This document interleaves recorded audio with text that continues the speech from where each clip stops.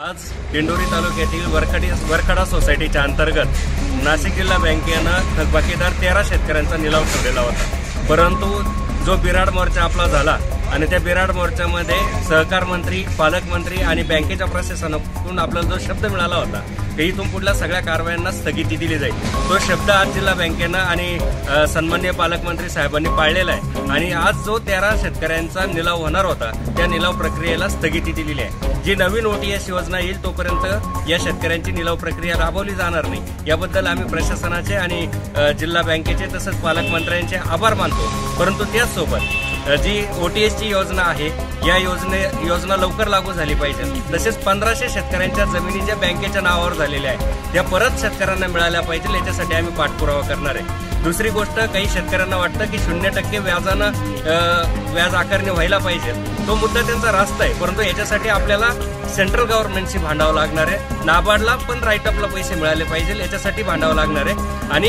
हे खरं लोकप्रतिनिधींचं काम आहे। तरी देखील आमची जबाबदारी म्हणून राजू शेट्टी साहेबांनी मला सकाळी फोन करून सांगितलं की आपण लवकरच केंद्राचे अर्थमंत्री, सहकार मंत्री यांना भेटू आणि जसं सेंट्रल गव्हर्नमेंटला राईटअपला पैसे देतात तसे नाबार्डला पण राईटअपला पैसे दिले पाहिजे अशी मागणी आपण करू। आणि जर त्या मागणीला भविष्यात यश मिळालं तर जसं राष्ट्रीयकृत बँकेप्रमाणे OTS होतं तसं OTS या बँकेचं देखील होतील।